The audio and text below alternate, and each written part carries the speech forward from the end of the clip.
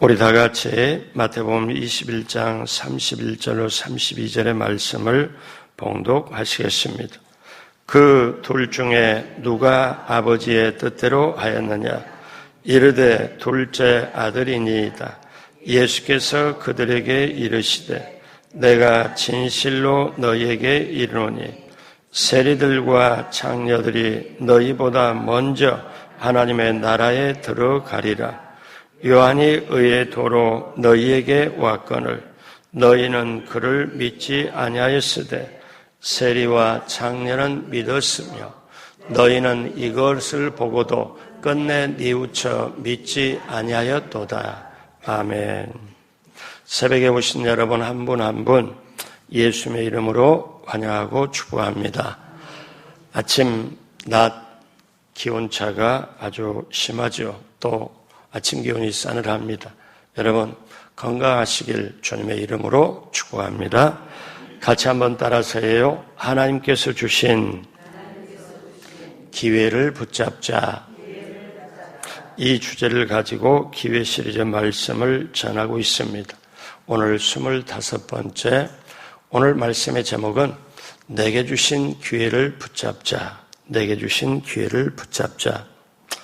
한국의 속담에 보면 저와 여러분이 잘 알고 있는 소 잃고 외양간 고치기, 또 행차 뒤에 나팔 불기, 버스 지나간 뒤에 손들기 등 여러 속담들이 있습니다.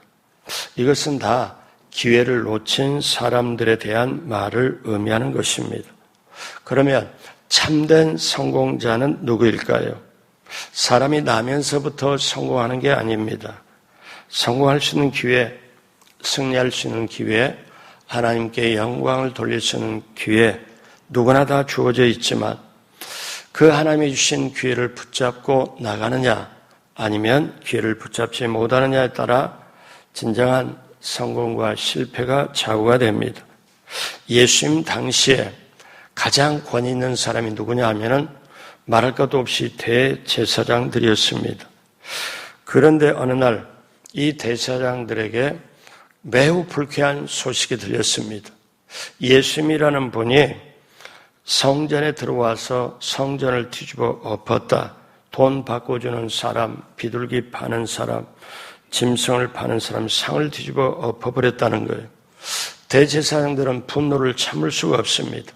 그들은 자신들이 성전에서 최고의 권위를 가졌고 그 권위를 하나님이 주셨다고 믿었습니다. 그런데 감히 성전에 와서 제 멋대로 하다니 용서할 수 없다. 그래서 이렇게 생각한 그들이 예수님께 와서 따집니다. 뭐라고 따져요? 마태복음 21장 23절에 예수께서 성전에 들어가 가르치실 때 대제사장들과 백성의 장로들이 나와 이르되 내가 무슨 권위로 이런 일을 하느냐? 또 누가 이 권위를 주었느냐? 예수님 앞에 정면으로 확실하게 사실 도전을 한 거죠. 예수님께서 대답 대신에 질문을 하십니다. 대답 대신에 그들이 대제사장들이 권위를 가지고 질문을 했으니까 예수님도 권위를 가지고 질문을 합니다. 이렇게 말씀을 하죠. 24절에 예수께서 대답하시되 나도 한 말을 너에게 물으리니 너희가 대답하면 나도 무슨 권위로 이런 일을 하는지 이르리라. 나도 너에게 질문을 하겠는데 너희가 무슨 것으로 분명하게 대답을 하면 나도 무슨 권위로 이렇게 하는지 대답하리라. 그러면서 묻습니다. 25절, 26절 다 같이 합니다. 요한의 침례가 어디로부터 왔느냐? 하늘로부터냐? 사람으로부터냐? 그들이 서로 의논하여 이르되 만일 하늘로부터라 하면 어찌하여 그를 믿지 아니하느냐 할 것이요 만일 사람으로부터라 하면 모든 사람이 요한을 선지자로 여기니 백성이 무섭다 하여. 자, 이들이 어떠냐? 예수님의 허를 찌르는 질문을 딱 받습니다. 질문을 받고 나서 그들은 고민에 빠졌습니다. 요한의 침례가 하나님께서 주신 권위냐? 그러면 왜 너희는 그를 믿지 않느냐? 그런데 사람으로부터 온 권위다. 그러면은 너희가 다 옆에 있는 다른 사람들이 침례 요한이 저렇게 권위를 가지고 하는 게, 침례를 주고 권위를, 말씀을 주는 게 하는 게 사람으로부터 온 거라고 그러면은 사람들은 지금 침례 요한이 하나님께로 온 선지자로 알고 있는데 백성들이 무서워서, 그래서 이들이 질문을 했다가 아주 딜레마에 빠져요. 고민에 빠져요. 그리고 서로 이렇게 보면서 야, 이걸 우리가 어떻게 대답하냐? 우리가 결국 예수님께 뭐라고 말하냐면은 우리가 알지 못한다. 그랬더니 예수님께서도 나도 무슨 권위로 이런 일을 하는지 너에게 이르지 아니하리라. 이렇게 말씀을 하고 예수님이 이어서 비유를 하나를 말씀해요. 너희가 어찌 생각하느냐 하고 예수님이 비유로 말씀해요. 예수님은 마태마가 누가 요한복음에 비유를 참 많이 했어요. 이 비유를 잘못 해석을 해서 이단들이 생겨나고 또 이단에서 주장하는데, 여러분 예수님이 그들의 대제사장들에게 질문으로 묻고 나서 그들이 대답을 못하는데, 자, 내가 얘기를 할 텐데 너희가 어찌 생각하느냐 하면서 비유를 말씀하는데 28절입니다. 그러나 너희 생각에는 어떠하냐? 어떤 사람에게 두 아들이 있는데 맏아들에게 가서 이르되 오늘 포도원에 가서 일하라 하니, 자, 어떤 사람에게 큰아들 작은아들이 있는데 큰아들에게 가서 자, 포도원에 가서 일을 하라 하니 큰아들이 어떻게 대했냐면은 29절에 대답하여 이르되 아버지 가겠나이다 하더니 가지 아니하고, 대답은 확실하게 하겠다고 했는데 실제로는 안 해버리고, 그래서 아버지가 작은 아들에게도 똑같이 말합니다. 30절 둘째 아들에게 가서 또한 그와 같이 말하니 대답하여 이르되 실소이다 하였다가 그 후에 뉘우치고 갔으니. 그러니까 큰아들과 둘째 아들이 자세가 완전히 다르죠. 큰아들은 하겠습니다 해놓고 안 가버리고 안 하고, 작은 아들은 싫습니다 해놓고 생각해보니까 이거는 내가 잘못됐어. 그리고 직접 포도원에 가서 일을 해요. 자, 여기까지 예수님께서 말씀을 하시고, 자, 그러면서 예수님이 뭐라고 하시는가 하면은 이 둘 중에 누가 아버지 뜻대로 하였냐고 질문을 합니다, 이들에게. 자, 31절 오늘 본문이죠. 다 같이 합니다. 그 둘 중에 누가 아버지의 뜻대로 하였느냐 이르되 둘째 아들이니이다. 예수께서 그들에게 이르시되 내가 진실로 너희에게 이르노니 새들과 창녀들이 너희보다 먼저 하나님의 나라에 들어가리라. 예수님이 지금 이들에게 자기네는 모든 사람보다 위에 있다, 그리고 하나님의 권위를 받았다, 감히 성전에 누가 뒤집어 둘러엎어 말도 안 돼 하면서 그렇게 굳어있는 그들에게 비유로 얘기를 하잖아요. 여러분, 비유라는 게 어떠냐면 바로 직접 얘기를 못해서 그렇게 하면 더 감정상 힘들 것 같아서 돌아가지고 얘기를 하는 게 비유 아니겠어요? 그러나 비유 안에는 그 뜻이 있잖아요. 예수님이 이렇게, 큰아들은 하겠다고 해놓고 실제로 하지 않고, 둘째 아들은 싫습니다 해놓고 뉘우치고 그 뜻을, 아버지 뜻을 그대로 했는데 너희 어찌 생각하느냐? 이 두 아들 중에 누가 아버지의 뜻을 따랐다고 생각하냐? 그랬더니 그들이 바로 뭐라고 말하냐면은 둘째 아들입니다. 당연히 둘째 아들 아니겠습니까? 그때 예수님이 정확한 말씀을 하죠. 내가 진실로 너희에게 이르노니 너희, 자, 보아라. 세리들과 창녀들, 왜 이 말씀을 예수님이 등장을 시키냐면은 그 당시 이 대제사장과 장로와 바리새인과 서기관들, 이 종교 지도자들이 세금 걷어가지고 로마 식민지 안에 있기 때문에 세금을 걷어서 로마의 정부에 바치고 나머지는 자기가 이렇게 어느 정도는 자기가 또 쓰고 그 다음에 창녀, 여기를 사람으로 안 봅니다. 사람 취급을 안 해요. 그런데 예수님이 그들이 사람 취급 안 하는 그들이 너희보다 먼저 하나님 나라에 들어가리라. 이 말씀은 대제사장들에게 폭탄 선언입니다. 그리고 32절에 뭐라고 말씀하느냐? 요한이, 그러니까 침례 요한을 말씀하죠. 의의 도로 너에게 왔거늘, 즉 어떠냐? 하나님의 뜻을 전하러 너에게 왔거늘 너희는 그를 믿지 아니하였으되 세리와 창녀는 믿었으며 너희는 이것을 보고도 끝내 뉘우쳐 믿지 아니하였도다. 회개하지 않고 믿지 않았도다. 이거를 지금 얘기를 하는 거죠. 그러니까 이들에게는 어떠냐면 종교 지도자들은 말로 하는 게 많고 실천이 너무 부족하고 사람을 무시하고 자기들만이 진짜다. 이렇게 하니까 사람들은 그렇게 살 수밖에 없지만 주님이 보실 때 어떠냐? 이거를 이 비유를 이 주님의 말씀을 딱 보면 제사장, 대제사장들과 이 장로, 바리새인, 서기관들이 여기 이렇게 딱 봤을 때 그들이 우리식으로 말하면 예수님을 잘못 건드렸어요. 그렇잖아요. 자기네 입장에서 그렇게 했는데 그래서 그들은 멸시와 천대받던 그들, 세리와 창녀들 이거를 무시를 하는데 그럼 주님 말씀이 뭘 뜻하냐? 너희들은 지금 큰아들 아니냐? 말로는 하나님의 뜻을 잘 따르고 하나님께 영광 올리고 말로는 잘하면서 너희들은 잘 따르는 것처럼 하지만 실제로 따르지 않지 않냐?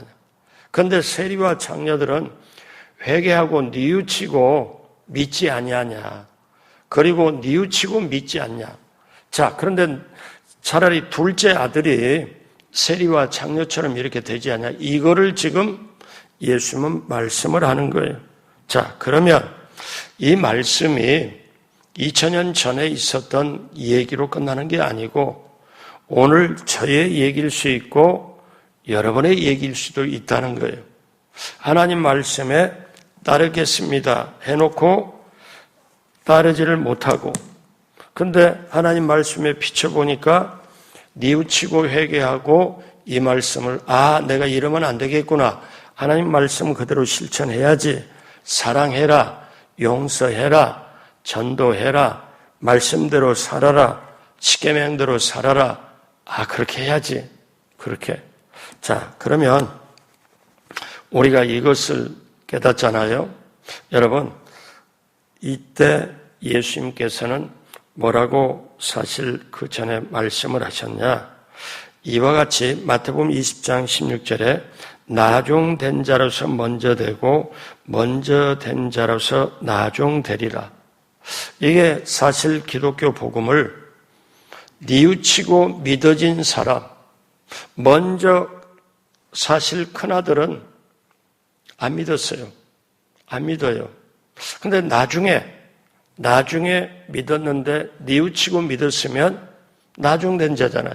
그러니까 나중된 자가 먼저 되고 먼저 된 자로서 나중되리라. 뭐라고 얘기해요? 자기네는 바리새인 이 종교 지도자들은 우리가 당연히 하나님께 권위를 받고 하나님 나라를 우리는 넉넉하게 차지하고 들어가지 이렇게 생각을 하는데 예수님은 지금 정확하게 말씀을 하죠. 자, 사랑하는 여러분, 그러면 오늘 말씀을 통해 어떤 사람이 기회를 활용하여 진정한 승리자가 되는지 세 가지로 봅니다. 첫째로 말보다 실천이 중요하죠. 맏아들은 아버지의 명령을 받고 대답은 시원하게 했습니다. 그런데 실천 못하죠. 그런데 작은 아들은 하나님 말씀에 처음에는 불순종했어요. 그러나 자신의 잘못을 뉘우치고 순종하는 마음으로 실천에 옮겼습니다. 말로는 거절했지만 행함으로 실천함으로 순종했던 거지요. 여러분, 예수님의 공생애를 보면 예수님이 말씀하신 걸 그대로 실천하는 걸 봐요. 예수님이 십자가에 달리셔서 7 말씀을 하셨는데 그 중에 하나가 다 이뤘다고 말씀을 해요.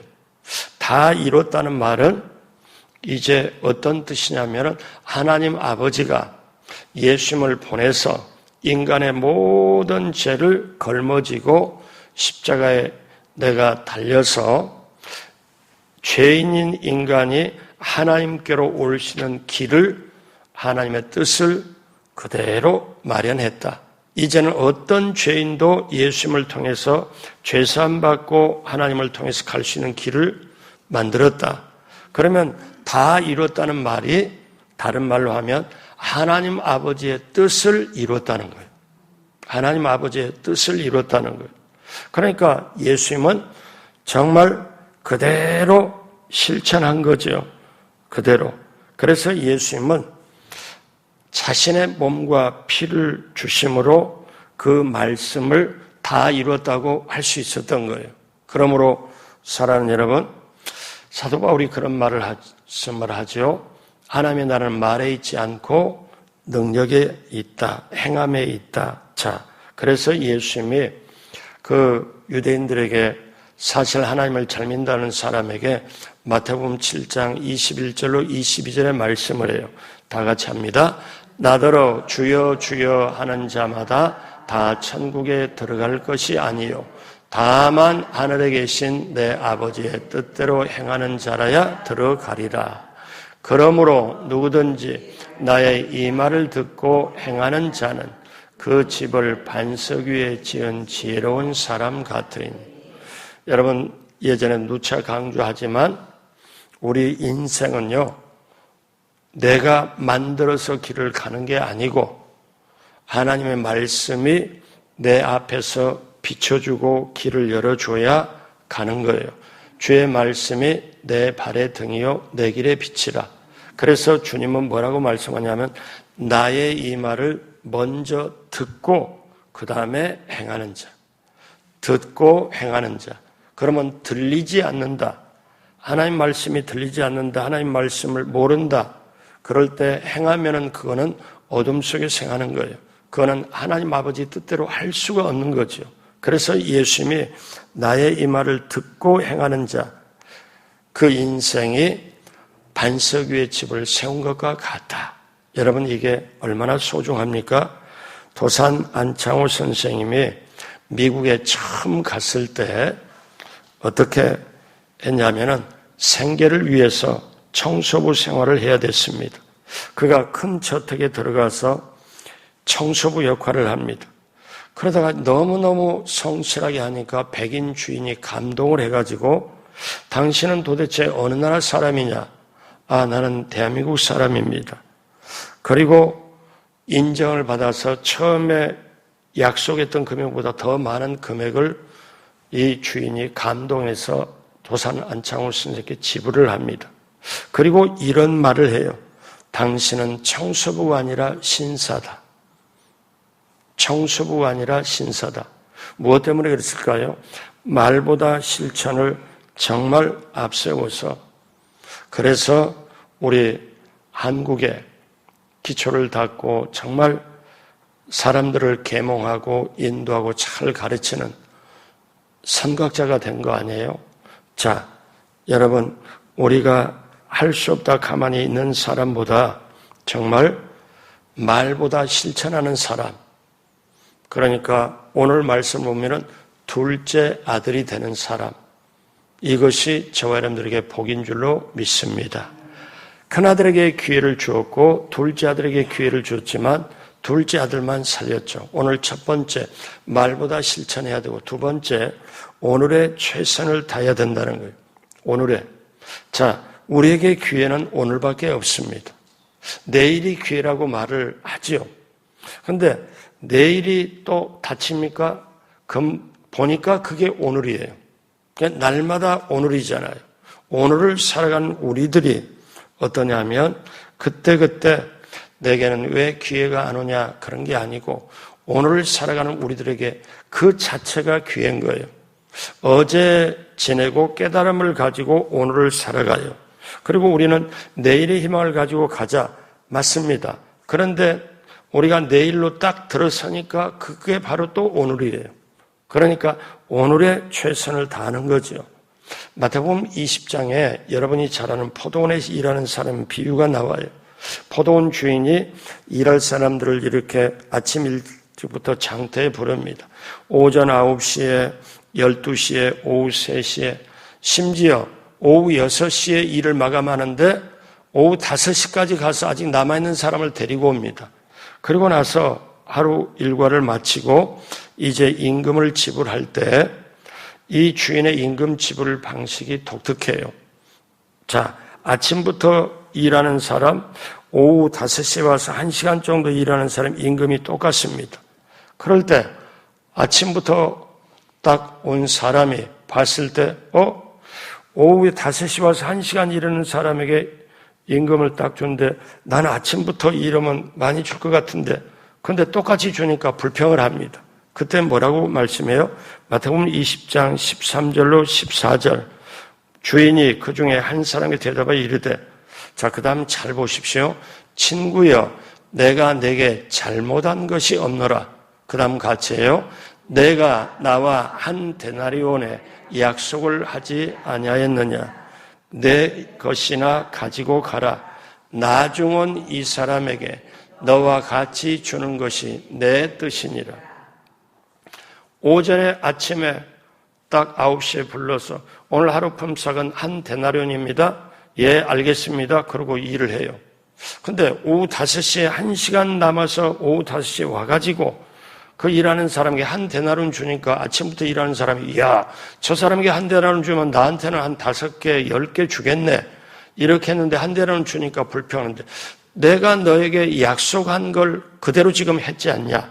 그리고 오후 5시에 와서 1시간 일한 사람에게 이렇게 똑같이 하는 것은 내 뜻이다. 그렇게 주는 건 주인의 뜻이다. 여러분 어떠냐? 이거는 주권이 임금 지불하는 주권이 주인에게 있다.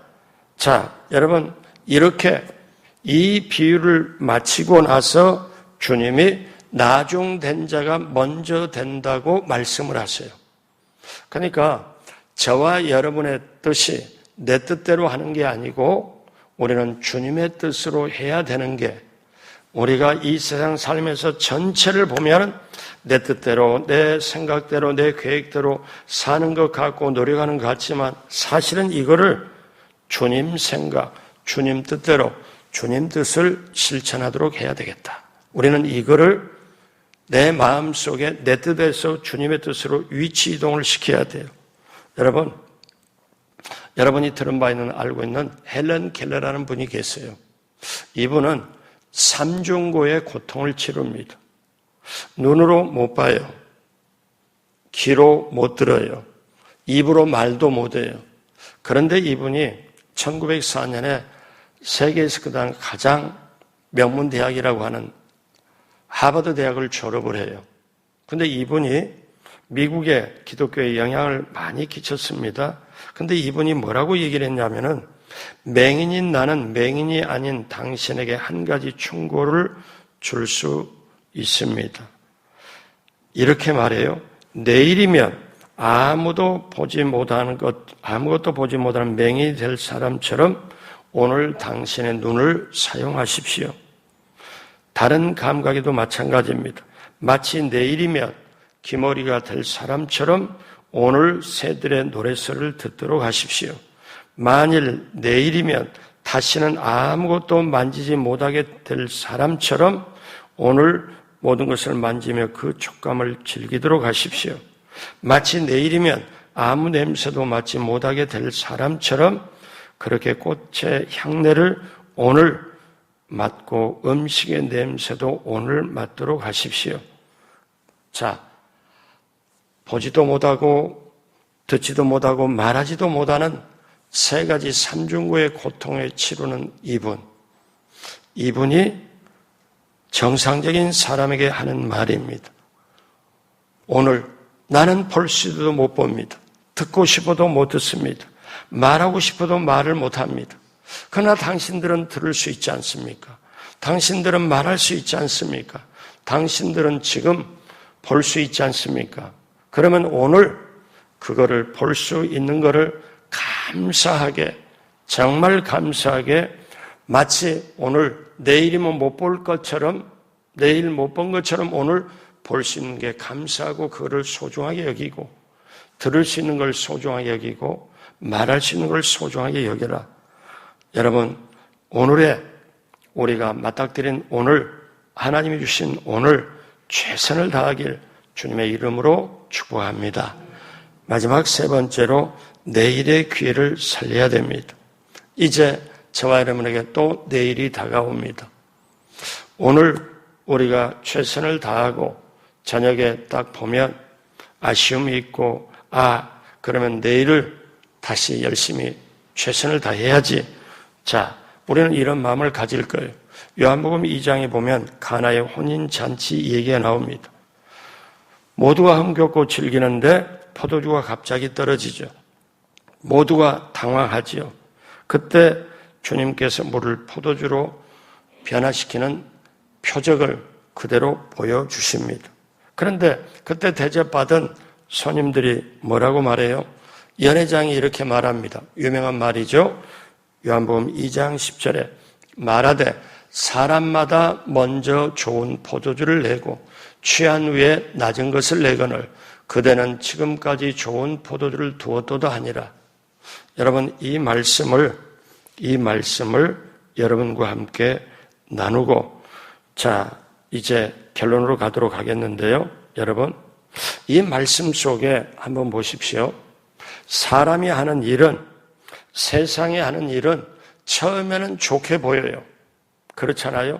근데 나중에 가면 갈수록 세상 일, 사람이 하는 일이, 세상의 일은 처음에는 좋게 보이는데 나중에는 미미하고 나중에는 힘들어지고 나중에는 안 좋게 될 수도 있습니다.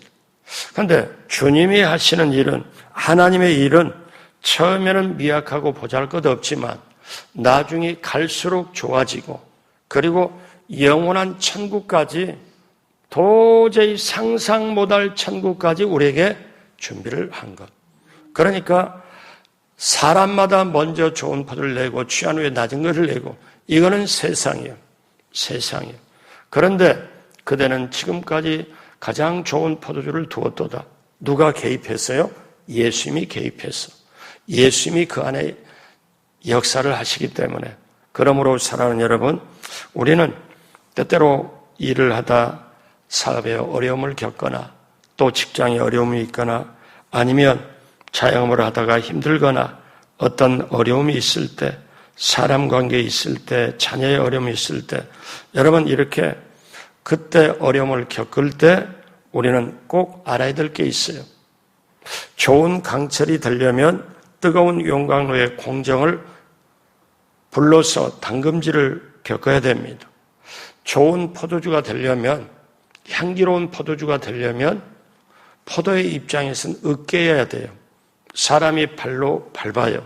그리고 포도 알알이는 완전히 밟힘을 당하고 깨어져야 거기서 물이 흐르고 거기서 포도알이 완전히 납작하게 되면서 향기를 발하고 좋은 술이 돼요.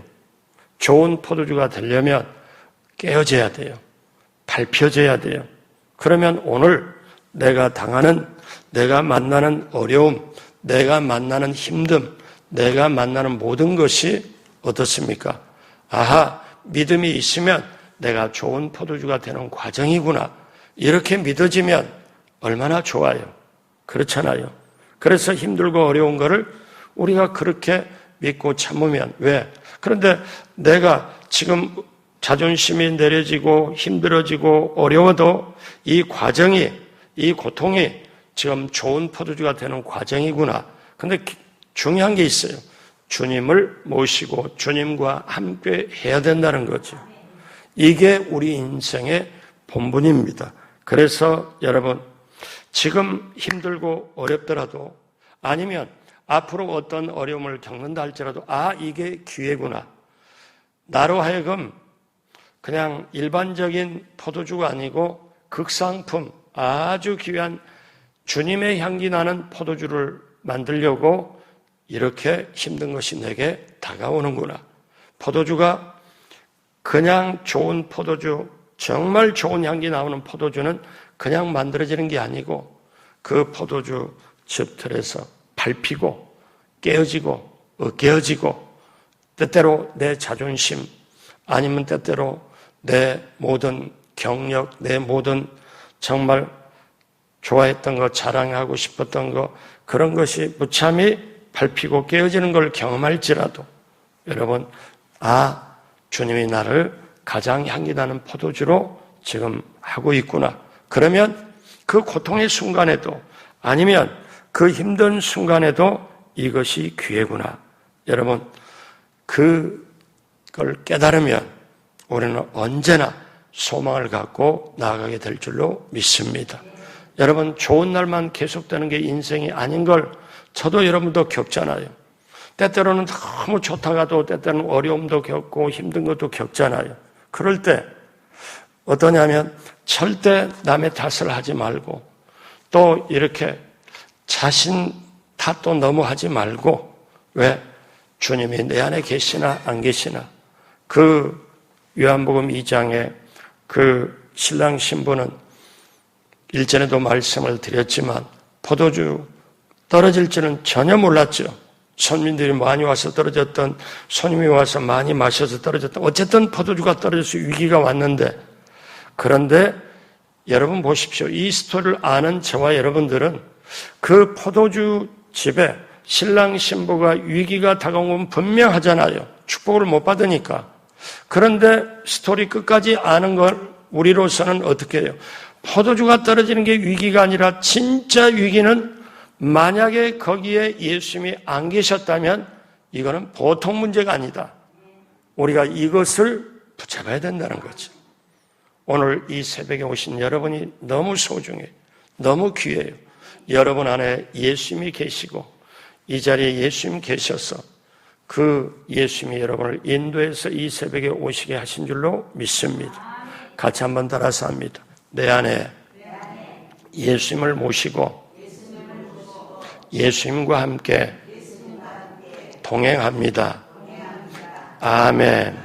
그 주님을 믿고 모시고 동행하는 동안에 내게 어떤 비바람이 어떤 것 폭풍우가 쳐도 낙심할 수 없는 것은 절대로 우리가 포기하지 않는 것은 우리 주님이 함께 하시기 때문에 그래서 우리 주님이 함께 하시는 그 자체, 동행하는 자체, 인생의 오늘 사는 자체, 오늘도 내가 남을 사랑할 수 있는 기회, 남을 칭찬할 수 있는 기회, 남을 인정해 줄 수 있는 기회, 남에게 좋은 말로 축복할 수 있는 기회, 오늘도 내가 일을 열심히 할 수 있는 기회, 일을 주심을 감사하고 건강을 주심을 감사하고 인생이 기회구나. 여러분, 내게 주신 기회를, 하나님 주신 기회를 붙잡고 오늘도 하나님을 기쁘게 하는 저와 여러분 모두가 되길 주님의 이름으로 축복합니다. 기도하겠습니다. 하나님 아버지, 우리 인생에 가는 길에 때때로 언덕 만나고 계곡을 만나고 또 평지를 만날 때도 있습니다. 그때마다 우리 주님 모시고 성령님의 인도 따라 그 모든 것을 다 이기고 나아갈 때 야훼는 나의 목자신 내게 부족함이 없고 혹시나 사망의 음침한 골짜기를 만난다 할지라도 내가 해를 받을 걸 두려워하지 않는 것은 주께서 나와 함께 하심이고 또 주님이 막대기로 지팡이로 나를 보호하시기 때문에 그런 것을 굳세게 믿고 나아가게 하여 주옵소서. 하루하루가 하나님께서 주신 기회임을 알게 하여 주옵시고 오늘 하루길도 이 10월달도 하나님을 기쁘게 하고 정말 하나님을 높이는 우리 모두가 되게 하여 주옵소서. 감사하며 예수님의 이름으로 축복하고 기도드립니다. 아멘.